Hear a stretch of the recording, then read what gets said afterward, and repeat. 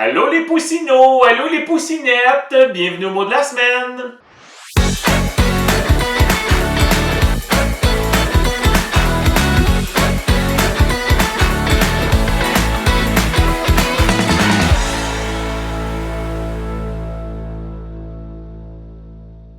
J'ai un adjectif à te proposer et je l'ai entendu de la bouche de mon enfant le plus vieux. Mot que je n'avais jamais entendu. J'ai trouvé ça bien intéressant, alors je te le propose. Parasismique. Qu'est-ce que ça veut dire l'adjectif parasismique? Est-ce que c'est A, contre les changements climatiques? Est-ce que c'est B, à l'épreuve des tremblements de terre? Ou bien C, qui atteint l'inconscient?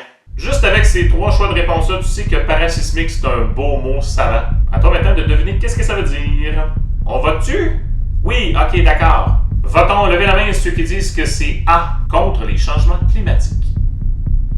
Levez la main ceux qui disent B, à l'épreuve des tremblements de terre. Et levez la main finalement ceux qui disent C, qui atteint à l'inconscient. Ici, là. La bonne réponse est B! Parasismique. À l'épreuve des tremblements de terre. Oui, parce qu'un synonyme de tremblement de terre, c'est séisme. Parasismique, paraséisme. Tu vois qu'il y a une belle ressemblance. Le 6 février 2023, il y a eu un énorme tremblement de terre en Turquie et en Syrie. Tremblement de terre de magnitude de 7,8, assez énorme. Dans un film avec The Rock, j'ai vu un tremblement de terre de magnitude 9.6, c'était le record mondial, mais c'était un film avec The Rock, c'était comme l'apocalypse. 7.8, c'est énorme, surtout quand tu as des bâtiments qui ne sont pas construits pour résister à des tremblements de terre. De ce que je lisais dans l'actualité, c'est que oui, il y a des codes du bâtiment dans ces pays-là pour résister au tremblement de terre, surtout que la Turquie est comme placée à un mauvais endroit sur Terre. Là, il y en a souvent des tremblements de terre. L'affaire, c'est que dans la vie de tous les jours, les codes du bâtiment ne sont pas vraiment respectés nécessairement. Des gens qui construisent des maisons, des fois des bâtiments pour sauver de l'argent, ben, ils vont tourner les coins ronds. Hein.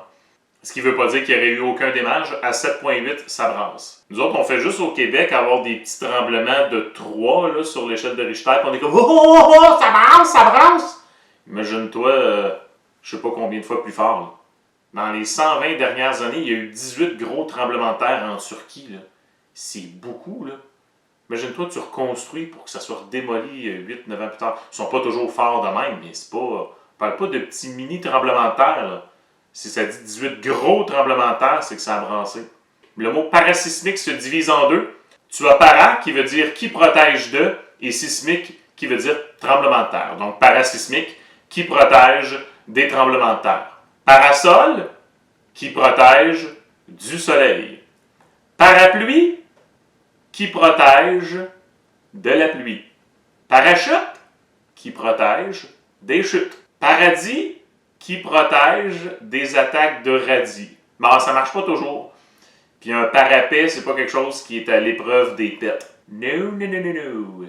Donc chaque fois que tu entends le mot sismique, sismologue, et ainsi de suite, enregistre ça. C'est en lien avec les tremblements de terre. Et para, maintenant, tu sais que ce préfixe-là veut dire qui protège de. Tu as juste à te rappeler de parasol, parapluie, parachute. J'ai bien hâte de te revoir pour un autre mot de la semaine.